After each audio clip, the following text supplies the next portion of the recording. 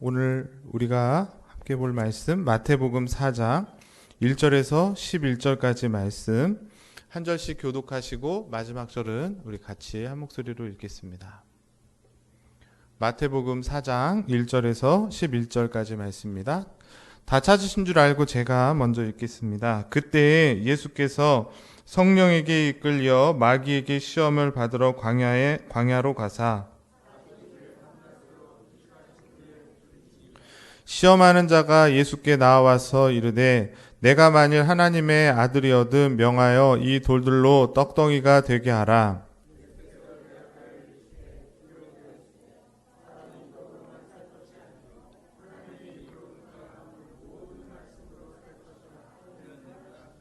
이에 마귀가 예수를 거룩한 성으로 데려다가 성전 꼭대기에 세우고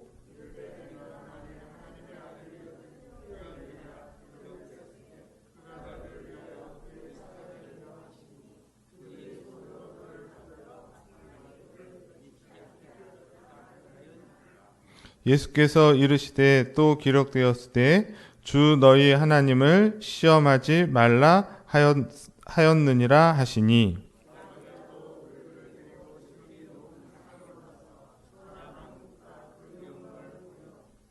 이르되 만일 내게 엎드려 경배하면 이 모든 것을 내게 주리라.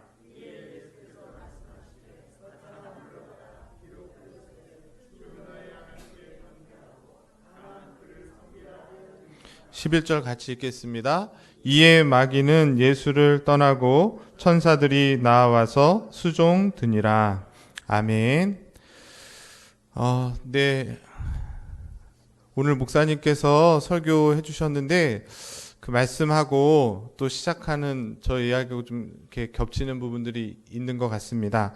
원래 제가 주일 오후마다 설교를 하면 교회에 대해서 하게 되었는데 어제 아는 목사님 교회 청년부에서 특강을 해달라는 요청이 있어서 제가 그걸 준비를 했습니다.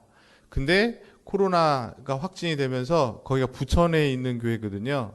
그래서 종교 집합 금지가 내려져가지고 취소가 됐는데 제가 그 말씀을 준비하면서 이 내용을 제가 밖에 나가서 다른 청년들한테 얘기하고 또 전해야 될 말씀이지만 우리 청년들에게도 꼭 전해야 되겠다라는 마음이 들어서 원래 하던 교회에 대한 말씀을 한 주 미루고 오늘 준비된 말씀을 같이 전하려고 합니다. 코로나 이슈가 오늘날 2020년도에 어느 누구도 부인하지 않는 것이 코로나19가 되고 있지 않을까. 그래서 오늘 목사님 설교하신 것처럼 한국뿐만 아니라 전 세계에 영향을 주고 있는데 이걸 통해서 우리 일상이 많이 바뀌었습니다. 그래서 요즘 이제 젊은 분들은 뉴 노멀 시대다 이런 말을 하는데 예를 들면 이렇게 오늘 예배 드리는 것처럼 한여름에 마스크 쓰는 사람이 없었는데 보면 마스크를 이제 안 쓰면 어디 나갈 수 없는 시대가 됐습니다. 제가 이렇게 차를 타고 가다 보니까 마스크가 백신이라고 그렇게 다른 말이 아니라 백신을 지금 구하려고 막 하지만 마스크만 잘 써도 예방이 될 수 있다는 거죠.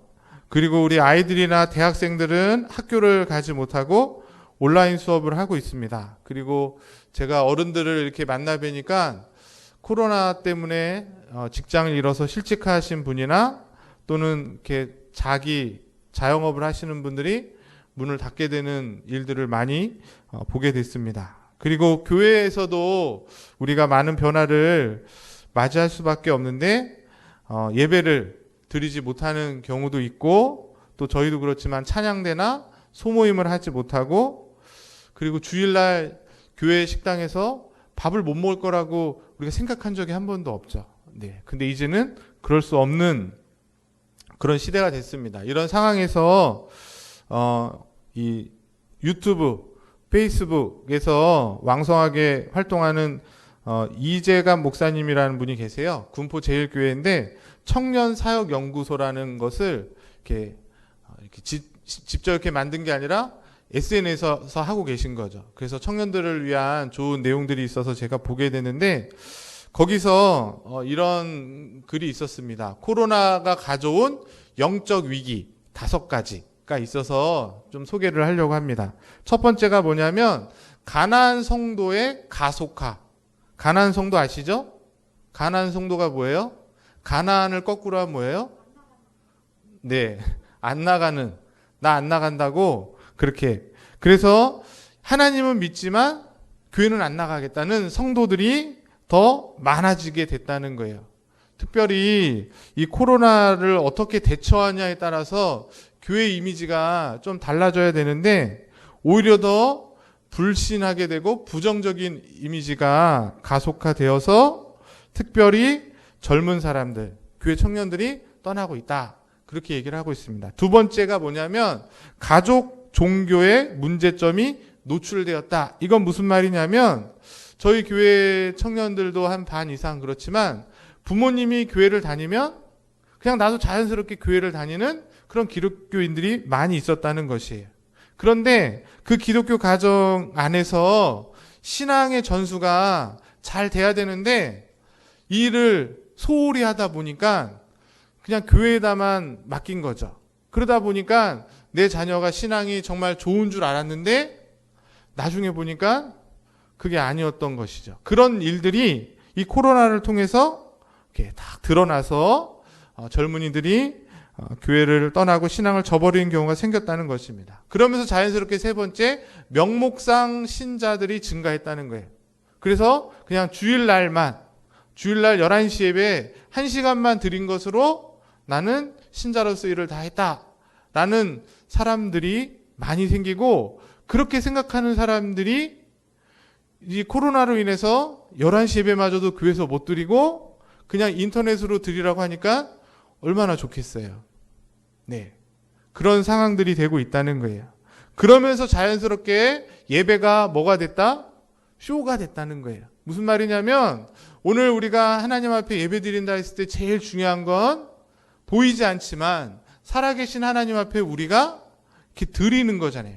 찬양을 드리고 기도를 드리고 헌금을 드리고 우리의 마음을 드리고 시간을 들여서 하나님께 드리는 것이 예배인데, 유튜브를 통해서 또는 인터넷을 통해서 예배를 드리니까 마치 이 예배가 하나님께 드리는 것이 아니라 내가 TV 하나를 보듯이, 게임을 하듯이, 어떤 공연을 유튜브로 또는 인터넷으로 보는 것처럼 예배가 드려지는 것이 아니라 보는 것이 되어졌다는 거예요. 마음에 안 들면 그냥 이 방송 보다가 저 방송 트는 것처럼 그렇게 즐기는 예배가 쇼가 되었다. 그렇게 얘기를 하고 있습니다. 그러면서 마지막 결론으로 이런 것들이 충첩이 되니까 결국에는 영적 허약체질, 신앙이 좋고 어떤 어려움 속에서도 자기 신앙을 지킬 수 있는 그런 신앙인으로 세워지지 않고 조그만 어려움이 와도 쉽게 넘어지는, 코로나라는 이 상황을 넉넉히 돌파할 수 없는 그런 영적인 면역력이 약해진 성도들이 늘어나고 있다. 이렇게 소개하는 것을 보게 됩니다. 저 5가지에 반대할 만한 게 없어요. 5가지에 우리가 다 동의할 수밖에 없는 상황을 지금 몇 개월째 보내고 있습니다. 그러면서 제가 생각한 게, 그러면 저 5가지를 극복하기 위해서, 이 상황을 극복하기 위해서 대안이 없을까? 어떻게 하면 떠나가는 청년들과 흔들리는 교회를 다시금 든든히 세울 수 있을까? 그 대안을 찾아야 되지 않겠습니까? 그 대안이 뭘까 했을 때는 본질로 돌아가는 것이죠. 본질로 돌아가는 것이고, 그것을 저는 어떻게 표현하냐면, 없는데, 선택과 집중을 해야 된다는 생각이 들었습니다. 뭐냐면, 교회가 마땅히 꼭 해야 될, 하지 않으면 안 될 필요한 것은 하고, 필요하지 않았던 것은 어떻게 하는 거예요? 포기하는 거예요. 그래서 반드시 해야 될 것을 선택하고, 그 선택한 것에 어떻게 하면 돼요? 집중하는 것이죠. 그게 뭘까? 우리가 선택하고 집중해야 될 것이 무엇인가 곰곰이 생각해 봤습니다. 그랬을 때 우리 지역에도 많은 교회들이 있지만, 교회가 이제 시작이 되고 홈페이지를 만든다든지 주보를 만든다든지 또는 전도지를 만든다든지 하면 모든 교회들이 강조하는 교회의 5가지 중점 사역이 있습니다. 표현은 조금씩 다를 수 있지만 대동소이하게 모든 교회들이 저 5가지가 우리 교회의 사명이고 본질이라고 말하고 있어요. 우리 한번 읽어볼까요? 1번 뭐예요?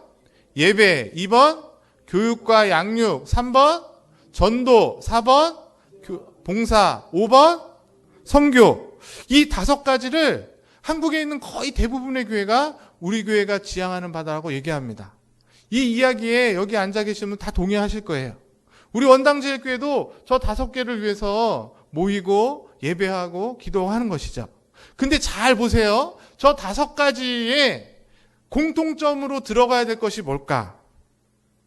무슨 얘기냐면 예배를 드린다 함에 있어서 말씀이 빠진 예배일 수 있습니까?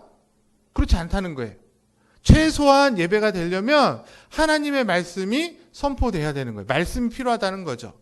우리가 교육을 하고 또 청년들을 양육한다 했을 때 뭘로 양육하는 겁니까?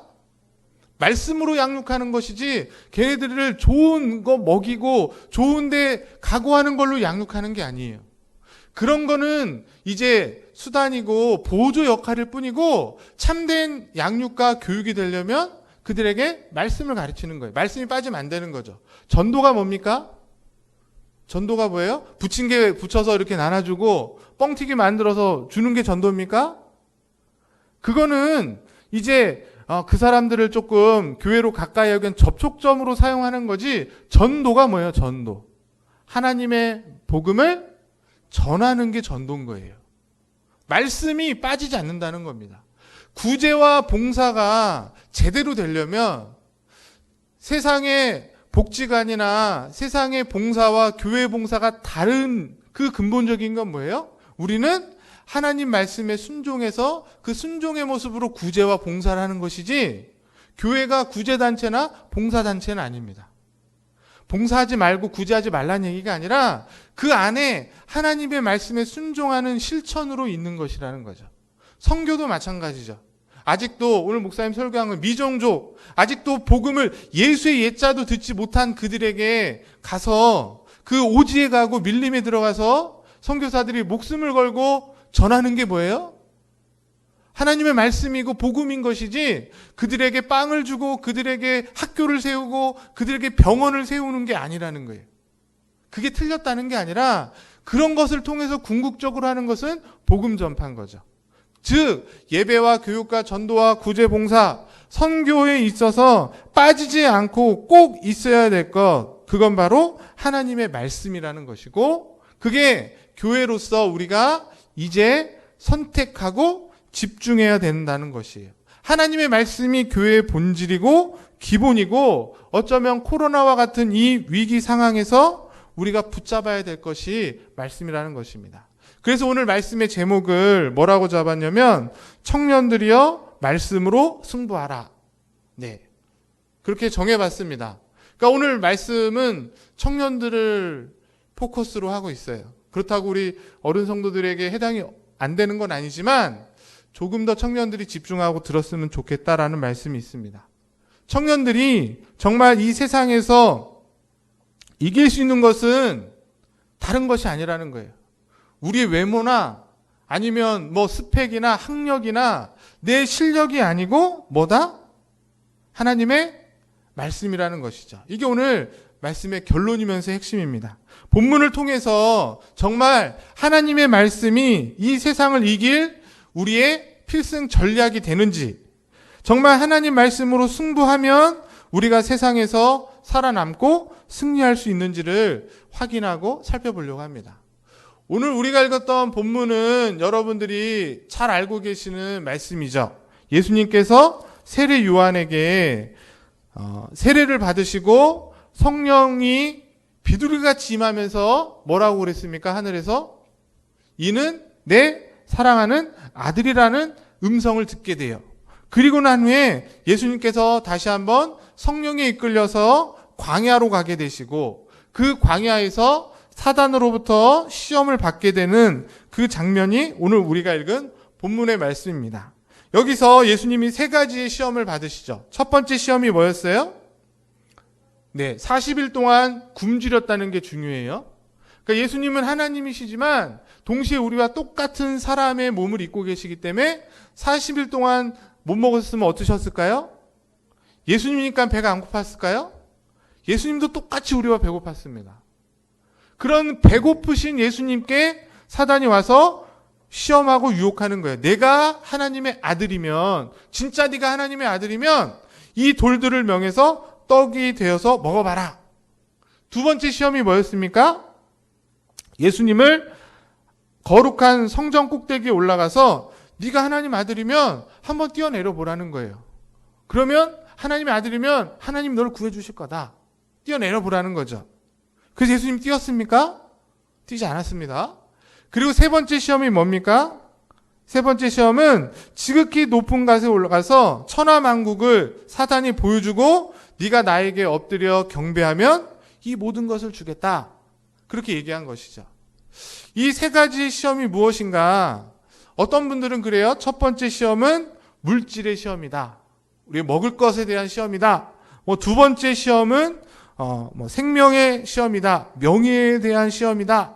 그리고 세 번째 시험은 우리의 신앙, 우리 믿음에 대한 시험이다. 이렇게 말씀하는 것들을 우리가 볼 수 있습니다. 다 맞다고 저는 생각이 들고, 오늘 우리가 조금 보고자 하는 측면은 그 시험이 뭐냐를 말하는 것이 아니라 이 시험을 예수님께서 어떻게 이기셨냐는 거예요. 그거를 초점을 두고 보려고 하는 것입니다. 그런 의미에서 사단이 예수님을 시험할 때 예수님이 그 시험을 이기신 무기가 있다는 거예요. 그 이기신 무기가 뭘까? 그 이기신 무기는 뭔지 우리가 살펴보고 좀 찾아보려고 하는데 4절 말씀, 우리 말씀을 한번 제가 해놨나요? 네, 4절 말씀을 우리 한번 같이 읽어보겠습니다. 읽겠습니다. 시작.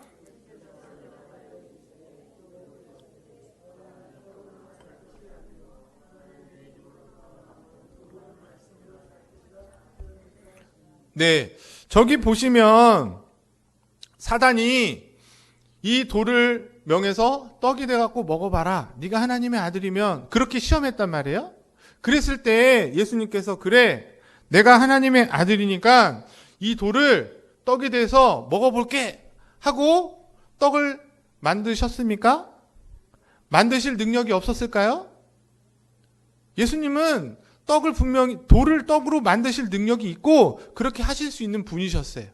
근데 안 하셨다는 거죠. 의도적으로. 저는 그렇게 생각해요. 왜냐하면 지금 잘 보시면 그러고 난 다음에 뭐라고 말씀하세요? 그 사단의 말에 대답하여 이르시되, 그 다음에 제가 빨간색으로 뭐라고 되어 있습니까? 기록되었으되. 이 말은 뭐예요? 구약의 성경에 이미 기록된 말씀. 그 말씀이 뭐라는 거예요? 사람이 떡으로만 살 것이 아니요 하나님의 입으로 나오는 말씀으로 살 것이라 하였느니라는 말씀을 가지고 그것으로 지금 사단이 돌이 되어서 먹어봐라고 한 그 시험을 어떻게 하신 거예요? 물리치시는 도구로 말씀을 썼다는 거예요. 저 말씀이 어디 나옵니까? 제 성경책은 좋은 성경책이라 신명기 8장 3절이라고 관주로 나와 있어요. 한번 시간이 없어서 찾아보진 않겠습니다. 그리고 두 번째 시험도 똑같아요. 두 번째 사단이 성전 꼭대기에서 내려보라고 할 때에도 하나님께서 그 시험을 어떻게 이기세요? 말씀으로 이기십니다. 7절에 나와 있죠. 7절 말씀 제 성경책을 보면 예수께서 이르시되 또 기록되었으되 주 너희 하나님을 시험하지 말라 하였느니라 하시니. 이 말씀은 어디 나오는 걸까요? 신명기 6장 16절과 시편 91편 11절 12절에 있는 그 말씀을 예수님이 알고, 그러니까 그때도 목사님 한번 얘기했지만 예수님 시대에 성경책은 구약 성경밖에 없는 거예요. 근데 그 구약 성경을 예수님이 알고 계신다, 모르고 계신다? 잘 알고 계신다는 거예요. 그리고 사단이 시험하러 왔을 때 그 시험을 하나님이 어떻게 이기시는 거예요? 실제로 성전구에서 딱 뛰어내려가지고 그래 내가 이렇게 능력이 있다는 것을 보여주신 것이 아니라 무엇으로? 기록된 말씀으로 물리치고 계신다는 겁니다. 10절 세 번째 시험에서도 마찬가지예요. 나에게 절하면 모든 것을 주겠다라고 했을 때 예수님이 10절에서 하신 말씀이죠. 뭐라고 돼 있습니까? 이에 예수께서 말씀하시되 사탄아 물러가라 하시고 그다음에 뭐라고 돼 있어요? 기록되었으되 주 너희 하나님께만 경배하고 다만 그를 섬기라 하셨느니라. 이 말씀은 신명기 6장 13절에 나오는 말씀을 그대로 인용하고 계신다는 거예요.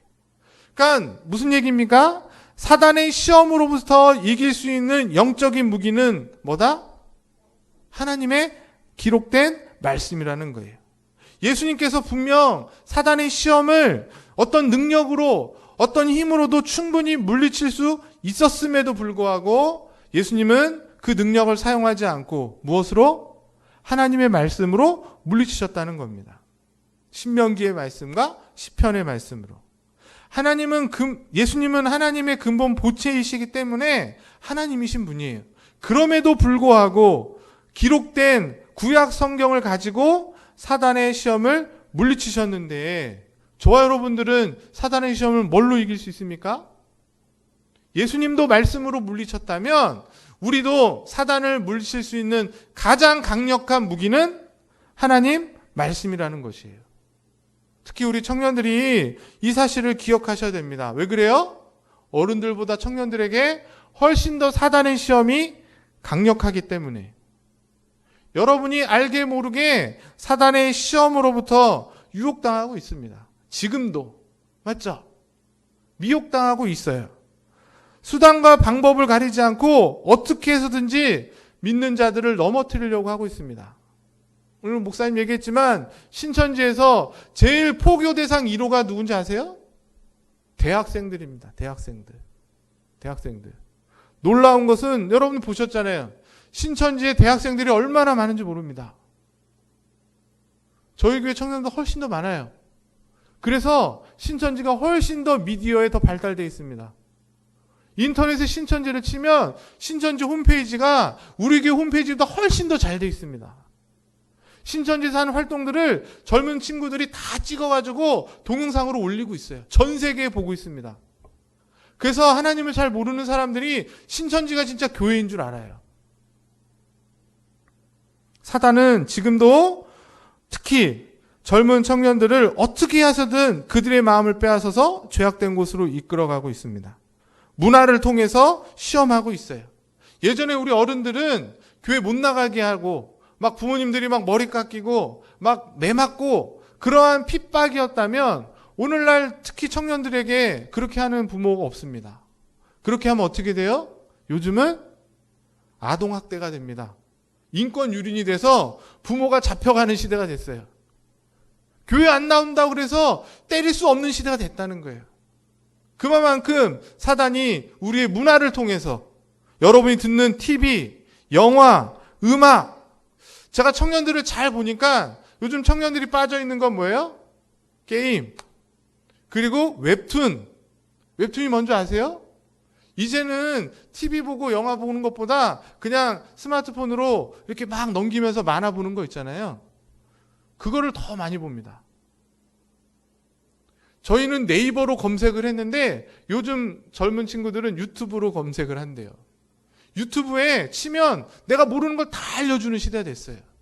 근데 그 유튜브가 바른지 그른지 신앙적으로 옳은지 그른지 평가해 준 사람이 아무도 없습니다. 그냥 보는 대로 다 흡수하는 거예요. 그런 시대에 우리가 살고 있다는 것이죠. 그런데 그런 시대에 그렇게 교묘하게 문화적으로 사단이 우리 젊은이들을 유혹하고 있는데 그것을 이길 수 있는 방법은 뭐냐? 하나님 말씀밖에 없다는 것이에요. 사단에 싸워서 이길 무기는 다른 것이 아니라 하나님의 말씀이다. 성령의 검인 하나님의 말씀을 가지고 있을 때야만, 그 말씀을 부여잡고 있을 때만 우리가 세상 속에 악한 영들과의 영적인 정쟁에서 승리할 수 있다는 것입니다.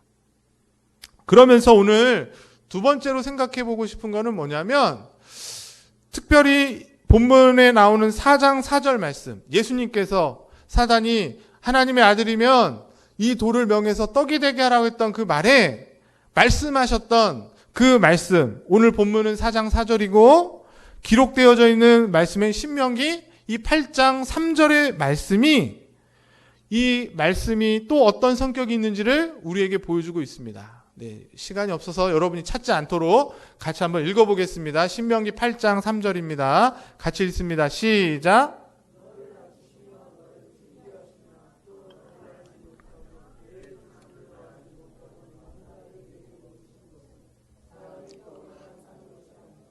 여호와의 입에서 나오는 모든 말씀으로 사는 줄을 내가 알게 하려 하심이라.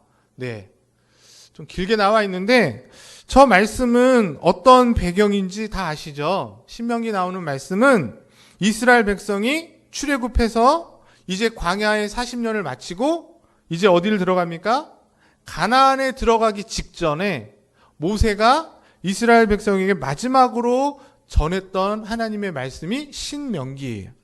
특별히 8장에서 하나님은 뭘 얘기하고 계십니까? 이스라엘 백성이 40년 동안 광야 생활을 어떻게 했는지를 그들에게 되새기고 계신 거예요.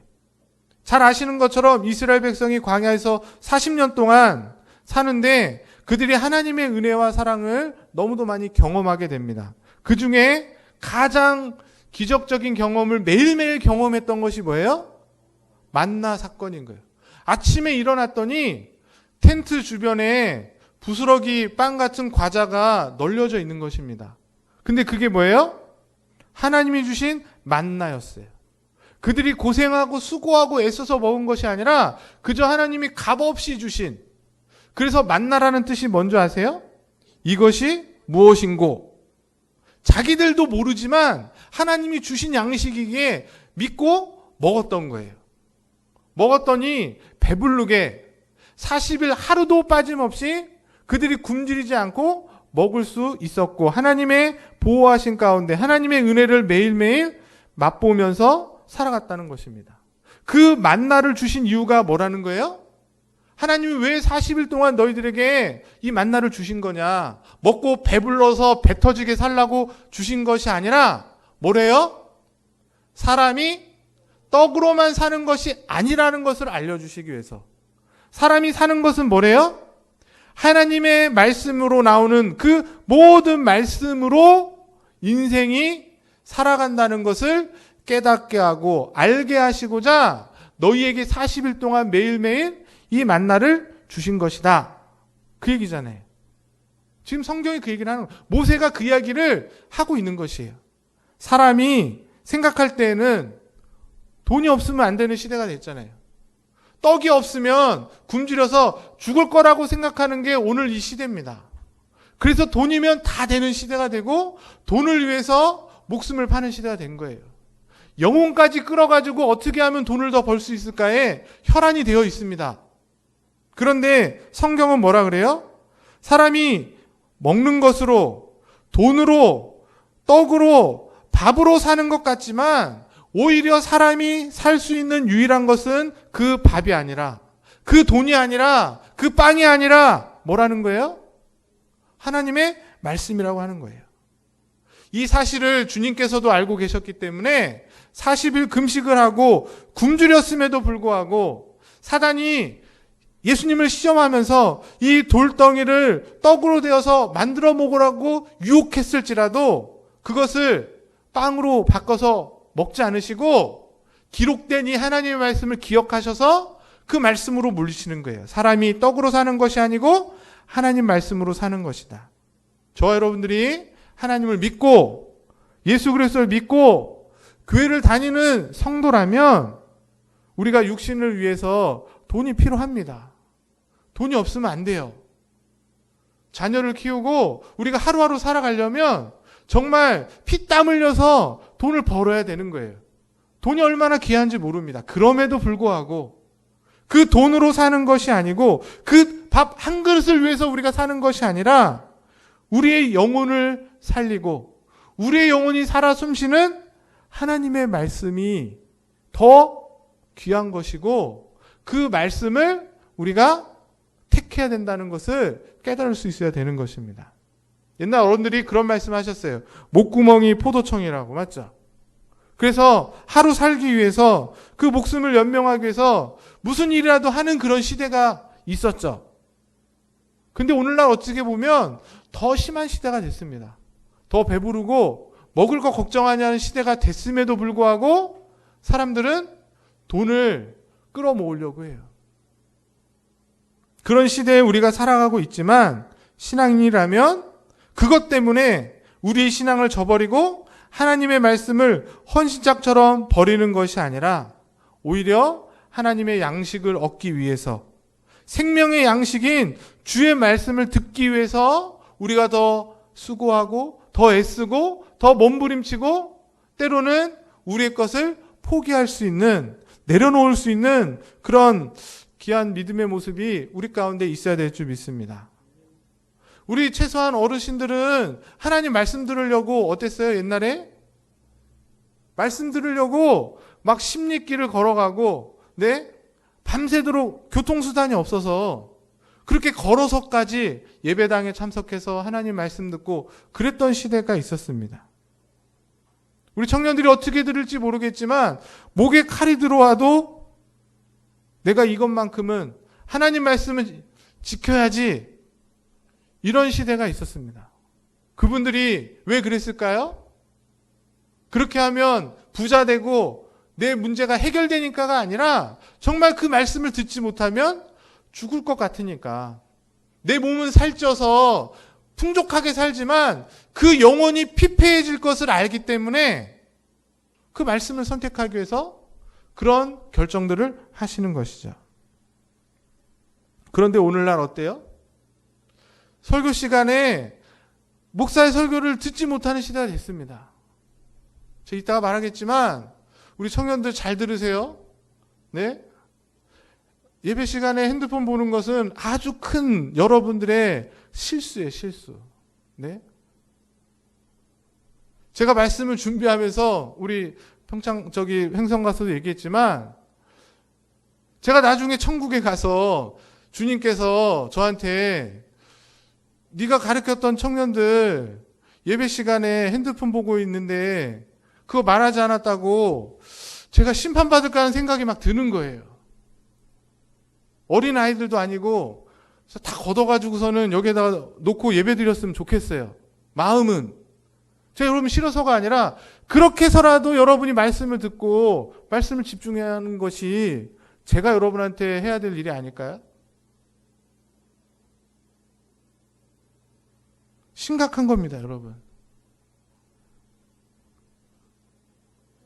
이 핸드폰이 오늘날 특히 젊은이들, 어린아이들에게는 우상이 됐어요. 이거를 손에 놓으면 어쩔 줄 모르는 시대가 됐습니다. 그래서 예배드리는 이 시간에도 이게 자연스러워진 게 뭐예요? 그래서 말씀을 듣지 못하게 하고 말씀에 집중하지 못하게 하고 여러분 우리에게 먹을 양식을 주시는 거 여러분 열심히 일해서 돈 벌고 그것으로 내가 원하는 거 사고 가고 배불리 먹고 그래서 세상 속에서도 떵떵거리면서 살고 그것도 중요하지만 그걸 위해서 하나님이 주신 게 아니라는 거예요. 그 양식을 먹을 때마다 내가 그렇게 애쓰고 수고해서 번 돈을 쓸 때마다 이 양식을 주신 하나님의 은혜를 생각하면서 이 돈보다 더 중요한 게 뭐다? 하나님의 말씀이라는 것을 기억하라는 거예요. 그 돈을 쓰면서 내 몸이 불리고 내가 맛있는 거 먹고 하면서 즐거운 것처럼 우리의 영혼이 살아나기 위해서는 그 돈이 아니라 하나님의 말씀이 생명의 양식이 돼서 그걸 먹어야만 우리 영혼이 살아난다는 것을 밥 먹을 때마다 돈을 벌 때마다 기억하라고 주셨다는 거예요. 이걸 거꾸로 말하면 뭐예요? 그만큼 하나님의 말씀을 더욱더 사모하고 그 말씀에 목숨을 걸고 그 말씀만으로 우리의 위로를 삼으면서 살아가라고 주신 것이 하나님의 말씀이라는 것입니다. 이 사실을 정말 마음속으로 믿고 고백하는 성도들에게 그렇게 믿는 청년들에게 하나님은 정말 그 말씀이 진정한 영혼의 양식이 되어서 내가 정말 내 영혼이 피폐해서 죽어가는 그 영혼이 소생되는 것을 경험하게 될 줄 믿습니다. 여러분 그런 경험을 하셔야 되는 거예요. 그래야 세상에서 아무리 힘들고 돈이 없어서 고달퍼도 이겨낼 수가 있는 겁니다. 말씀으로 생명의 양식을 삼아서 그것으로 영혼이 소생되는 것을 경험한 청년은, 경험한 성도들은 그 어떤 육체적인 어려움들이 와도 이겨낼 수가 있는 거예요. 그러나 그 경험을 해보지 못한 사람은 아무리 돈이 많아도 그것으로 행복할 수 없습니다. 더 갖고 싶은 거죠. 아무리 좋은 것을 더 봐도 더 보고 싶지, 이것으로 다 봤어, 이제 만족해, 하지 못하는 것입니다. 하나님의 말씀이 내 영혼을 살리는 생명의 양식이라는 것을 믿는 자, 그래서 경험하는 자, 그 자가 하나님 나라를 위해서도, 하나님 영광을 위해서도 그렇게 쓰임받는 성도들과 청년들이 되는 줄 믿습니다. 말씀을 마치면, 하나님의 말씀은 제가 두 가지를 얘기했어요. 첫 번째 뭐예요? 영적인 무기, 사단의 시험에서 싸워 이길 수 있는 무기이고 우리 생명의 양식이다. 그렇게 살아가는 자가 세상에서 승리할 수 있다 없다? 있습니까 없습니까? 안 믿겨지잖아요. 맞죠? 어떻게 그걸로 이겨? 돈이 있어야 세상을 이기고 스펙을 더 쌓아야 세상을 이기는데 라고 생각하지만 그렇지 않다는 거예요. 성경에서 그 사실을 보여주고 있는 본문이 있습니다. 그 본문이 뭐냐면 우리 한번 찾아보려고, 시간이 없으니까, 사도행전 6장 7절 말씀인데요. 우리 같이 한번 읽어보겠습니다. 시작.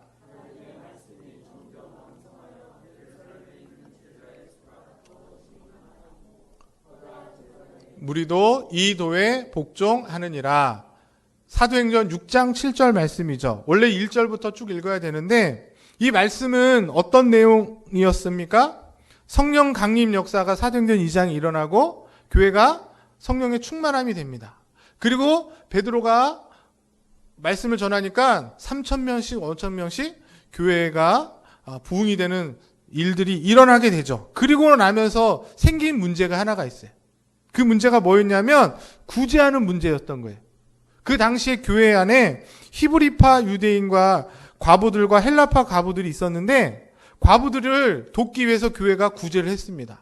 근데 사람이 많다 보니까 사도들이 헬라파 유대인들, 헬라파 과부들의 구제가 자꾸 빠지는 거예요. 그리고 히브리파 과부들만 구제를 받게 되니까 헬라파 과부들이 이제 교회에다가 이야기를 하는 거죠. 왜 우린 자꾸 빠지느냐. 그래서 교회가 결정한 일이 뭐예요? 안 되겠다. 이 구제하는 일은 사도들이 하는 것이 아니라 누군가를 세워야 되겠다 해서 지혜가 충만하고 성령이 충만한 7사람, 우리가 잘 아는 7집사를 세우게 되는 거예요. 그래서 그 7집사가 이 구제하는 일을 담당하니 문제가 생기지 않고 그 결과로 어떻게 돼요? 오늘 성경을 보니까 그 결과로 사도들이 기도하는 것과 말씀 전한 일에 전무하게 됐다는 거예요. 이게 핵심입니다. 사도들이 기도하는 일과 말씀 일에 전무하게 됐다는 거예요. 그러므로 일어난 결과가 뭐예요? 그 결과가 첫 번째, 하나님의 말씀이 어떻게 되고 점점 왕성해지고 그 결과 예루살렘에 있는 제자들의 수가 많아지고 세 번째, 허다한 제사장의 무리, 다른 종교 사람들을 말하는 거예요. 다른 종교 지도자들까지도 어떻게 됐다? 이 복음에 복종하는 역사가 일어나게 됐다는 거예요. 어떻게 돼서? 하나님의 말씀이 왕성해져서. 저는 코로나 시대가 오히려 하나님의 말씀이 점점 왕성해질 수 있는 절호의 기회라고 생각합니다. 어떻게 해서? 교회가 이제는 쓸데없는 일을, 쓸데없는 일이라고 하면 또 안 되죠. 중요하고 많이 했던, 의미 있었던 일들이지만 그 일들을 강제적으로 못하게 됐잖아요. 하고 싶어도 못하는 상황이 됐습니다. 근데 그걸 자꾸 하려고 하니까 교회가 세상으로부터 지탄을 받는 거예요. 그걸 못하게 하는 것도 하나님의 섭리입니다. 그걸 인정하고 뭐 하자는 거예요? 본질적인 것에 더 관심을 갖고 집중을 내라는 거예요. 교회가 말씀으로 돌아가고 성도들이 말씀 듣는 일에 목숨을 걸면 사도행전에서 일어났던 이 놀라운 일이 오늘날 우리의 현실이 될 줄 믿습니다. 여러분 청년들 특별히 정말 내가 세상에서 성공하고 싶고 세상에서 인정받고 싶고 그래서 뭔가 세상에서 성공했다, 다른 사람들이 나를 부러워할 만큼 그렇게 세워지기를 바란다면 어떻게 해야 된다는 거예요? 더 열심히 공부해서 스펙 쌓고, 더 열심히 봉사해 갖고서는 뭐 사회 봉사활동 점수 적어놓고 SNS에다가 뭐 좋은 거 막 올려갖고 팔로워 수를 늘리는 것이 아니라 하나님 말씀에 집중하고 그 말씀을 붙잡는 것일 줄 믿습니다. 여러분, 말씀으로 승부해 보세요. 결코 패배하지 않습니다. 왜? 예수님께서도 말씀으로 사단을 이기셨으니까. 그래서 우리 청년들에게 특별히 제가 정말 간곡하게 부탁하고 싶은 게 4가지가 있습니다. 오늘 우리 교회 안에 속한 것으로 적용해 보면 첫 번째, 예배 시간에 핸드폰을 보지 않았으면 좋겠어요. 저를 위해서가 아니라 여러분들을 위해서. 최소한 예배 드리는 시간만큼은 핸드폰을 보지 않으려고 노력하세요. 노력. 여러분이 살 길입니다. 그게 안 되면 그냥 핸드폰을 두고 오세요. 오늘 장모님 핸드폰 좀 달라는데 집에다 두고 오셨다 그러더라고요. 내가 핸드폰을 보는 그 유혹을 이기지 못하겠어 자꾸 보게 되면 저한테 맡기세요. 네? 예배당 들어가기 전에 누구한테 주고 가세요. 의지적으로. 내가 안 되니까, 내 힘으로 안 되니까. 그리고 교회가 지금 금주의 말씀을 주일마다 하고 있습니다. 주보에도 하고 또 목사님이 카톡으로 올려요. 그러면 우리 어르신들은 그거 외우려고 하는데 얼마나 고생하는지 모릅니다. 그리고 말씀도 너무 길어가지고 저도 힘들더라고요. 근데 우리 청년들 얼마나 머리가 좋습니까? 맞죠? 막 가사도 다 외우고 막 그 인기 드라마의 대사들도 막 다 외우잖아요. 그렇죠? 막 그 긴 랩을 그냥 달달달 외우시잖아요. 그 명석한 머리로 일주일에 저 한 문장 암송하려고 노력하시면 좋을 것 같아요. 여러분이 게임하기 전에 그 올라온 카톡 한 번만 읽고 게임하면 저는 다 여러분 암송할 수 있을 거라 생각하는데. 세 번째, 오늘의 묵상이라고 새벽에 했던 설교를 목사님이랑 제가 카톡방에 청년들한테 제가 올립니다. 감사한 것은 카톡을 딱 올리면 청년들도 한 25명 되는데 거의 한 3, 4명 빼고 다 읽어서 숫자가 2, 3 돼요. 그 본다는 거에 얼마나 감사한지 모르겠어요. 네? 중요합니다. 여러분이 그 말씀을 한번 찬찬히 읽어보시면 유익할 거라고 봅니다. 그리고 마지막, 조금 더 여력이 있는 우리 청년들은 성경 일독을 해서 주보에 문제지를 이제 목사님이 잘 만들어서 드리면 그것만 여러분이 읽어도 어떻게 될 수 있다는 거예요? 그 문제 풀기 위해서는 성경을 봐야 되거든요. 문제도 어렵지 않습니다. 수능 평가가 아니에요. 읽기만 하면 답할 수 있는 문제입니다. 그게 뭐죠? 여러분, 문제를 풀라고 이 문제를 낸 게 아니라 이 문제를 풀기 위해서 성경을 읽으라고 내는 거예요. 무슨 얘기냐면 주일날 주보에 나온 것만 여러분이 차근차근 하면 성경 일독이 된다 안 된다? 된다는 거예요. 된다는 거. 우리 청년들 성경 몇 독 했습니까? 네? 지금 교회 나온 지 긴 사람은 한 20년 되고 더 긴 사람은 30년 되는 사람은 없네요. 지금 밖에 나가셨네. 그리고 뭐 1년 되고 2년 됐는데 성경 일독하기 쉽지 않습니다. 근데 저희 교회가 생각보다 굉장히 말씀 중심적인 일들을 하고 있어요. 그 일에 우리 청년들이 적극적으로 동참하면 좋을 것 같습니다. 정말 말씀을 마치면 믿는 자의 진정한 경쟁력이 무엇일까? 우리 특별히 청년들, 나의 경쟁력을 갖고 있어야 되잖아요. 그래서 자격증도 따고 외국어도 하나 더 하려고 하고 하는데 진짜 믿는 자의 경쟁력은 그런 것이 아니라 하나님의 말씀이라는 사실을 기억하시고 코로나 시대에 다른 것에 마음 뺏기지 마시고 하나님 말씀을 더욱더 가까이 하시고 그 말씀을 나의 생명의 양식으로, 영적인 무기로. 군인이 전쟁터에 나갈 때 뭐가 있어야 되죠? 총이 있어야 되나요? 총알이 있어야 됩니다. 총알. 그 총알이 뭐예요? 하나님의 이 말씀이라는 사실을 기억하시고 그 말씀으로 먹고 마시며 즐거워하면서 승리하는 그런 우리 청년들과 우리 원당제교회 성도님들 되실 수 있기를 주님의 이름으로 간절히 축복합니다. 기도하겠습니다. 하나님 아버지, 오늘도 코로나로 인하여 많은 사람들이 두려움에 떨고 있고 우리에게 떨고 있음에도 불구하고 우리에게 믿음 주셔서 주님 앞에 나와 함께 예배하며 주의 말씀에 귀 기울이게 하시니 감사를 드립니다. 아무리 시대가 어둡고 답답하고 혼탁하여도 하나님의 진리의 말씀은 빛이 되어 우리를 인도하여 주실 뿐만 아니라 사단의 유혹과 핍박에서도 넉넉히 이길 수 있게 하시며 또 우리의 영혼의 생명의 양식이 되어 우리가 먹고 마시며 즐겁게 살아가게 하는 참된 양식이고 참된 음료가 되는 줄 믿습니다. 그 말씀으로 이제 한 주간 우리의 삶의 현장에서 승리할 수 있게 우리가 다른 무엇보다도 주의 말씀을 붙잡고 의지하며 믿고 순종하는 귀한 믿음을 허락하여 주시옵소서. 그래서 어디서든지 무엇을 하든지 하나님 백성답게 말씀으로 승리하고 기뻐하여서 세상 속에 하나님의 살아계심을 온전히 나타내는 능력 있는 성도들, 능력 있는 우리 청년들 되게 하여 주시옵소서. 믿고 감사를 드리며 존귀하신 예수 그리스도 이름으로 기도드립니다.